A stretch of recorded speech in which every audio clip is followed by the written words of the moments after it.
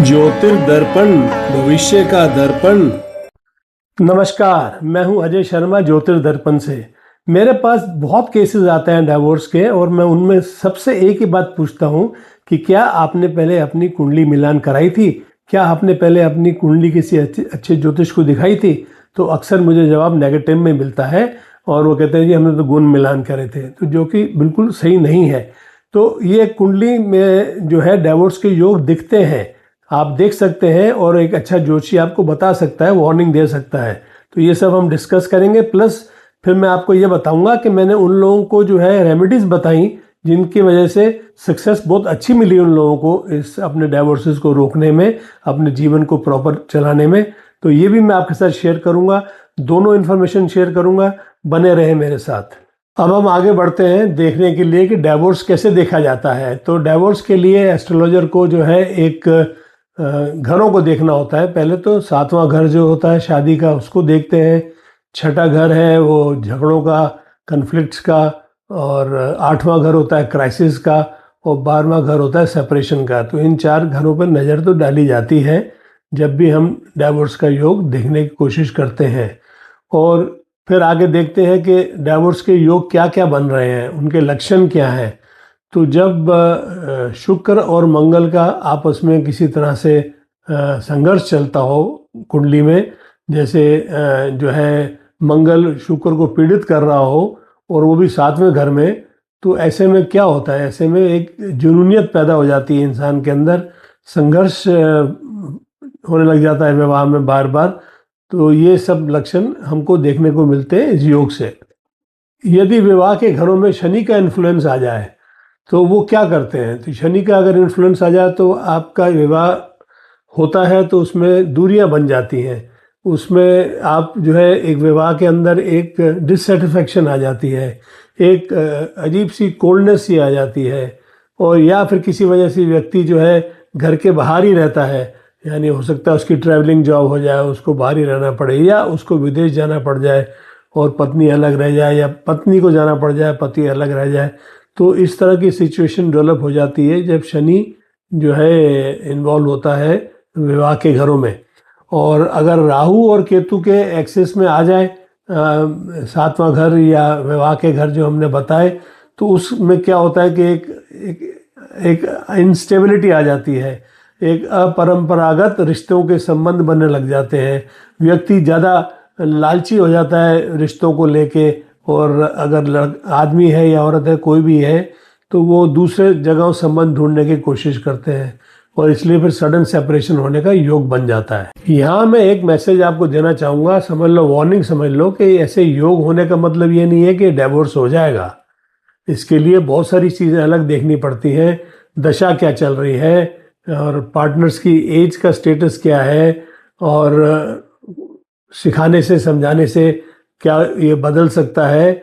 और सबसे इम्पोर्टेंट बात यह है कि इन सब चीज़ों को अवॉइड करने के लिए कुंडली मिलान कराना बहुत ज़रूरी होता है। तो अगर आपने अच्छे से कुंडली मिलान करा ली है किसी ज्योतिषी के साथ, गुण मिलान नहीं, कुंडली मिलान, तो आपको वो एडवाइस कर सकता है कि किस तरह का पति पत्नी का जो है योग बैठना चाहिए आपस में विवाह के लिए। अब कहीं जाए ना, बहुत जल्दी मैं शुरू कर रहा हूँ आपकी रेमेडीज़ का सेक्शन। आगे मैं और बातें बताऊंगा, पर रेमेडीज सेक्शन भी आने वाला है, तो आप बने रहें मेरे साथ।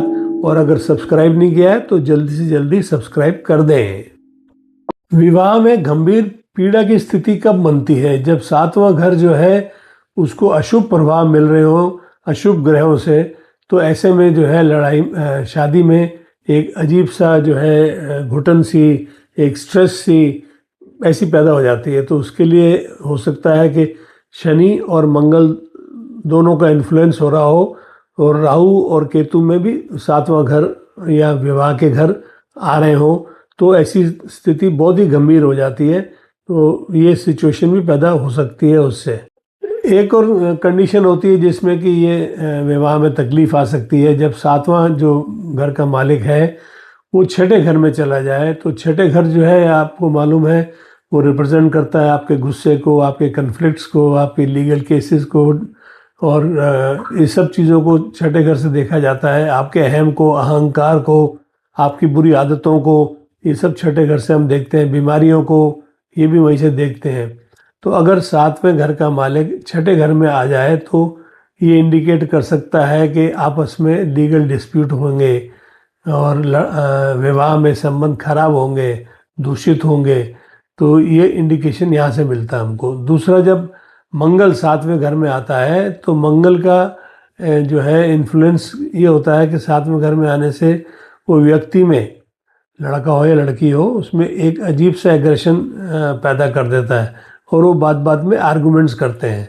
और अगर मंगल की स्थिति बहुत ठीक नहीं है, जहाँ बैठे हैं मंगल सातवें घर में बैठे हैं ऑफ कोर्स, तो किस राशि में बैठे हैं और दूसरे जो है पापी ग्रहों की दृष्टि आ रही है तो मंगल पूरा दूषित हो जाता है। ऐसी स्थिति में तो शादी का इनस्टेबल हो जाना तय हो जाता है लगभग। शुक्र ग्रह एक नेचुरल कारक है विवाह का। ये हमने कई बार बताया आपको हमारे पहले वाले वीडियोस में, सीरीज में। आपने अगर वो वीडियोस नहीं देखे हैं तो वो मेरी प्लेलिस्ट में उनका पूरा लिंक है, आप देखें। वो वीडियोस बहुत काम आएंगे आपके लाइफ में। शादी क्यों नहीं होती, शादी कब होगी, और शादी अरेंज्ड होगी या लव मैरिज होगी।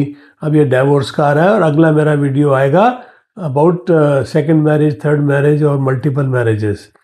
तो आप इस सीरीज़ के बड़ा ध्यान से सुने और देखें। अब अगला जो है, ये मैंने बताया, वीनस जो है, शुक्र जो है, अगर इसको एफ्लिक्शन आ जाए, मैलेफिक्स, बहुत ज़्यादा पापी ग्रह इसको देखने लग जाए तो भारी पीड़ा में आ जाता है। तो ये एक प्यार मोहब्बत वाली स्थिति को ख़राब कर देता है। यानी दोनों में एक ही कंप्लेंट सुनने को आएगी कि हमारे में प्यार नहीं रहा, हमारा आपस में रिलेशनशिप मधुर नहीं है।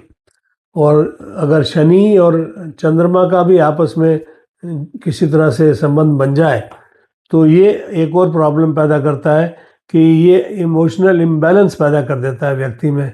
घबराता रहता है व्यक्ति, बात बात में शक करता है। और अगर राहु केतु एक्सेस में आ जाए शादी के ग्रह या घर, तो क्या करता है, राहु केतु के इन्फ्लुएंस में आने से सडन अट्रैक्शन पैदा होती है।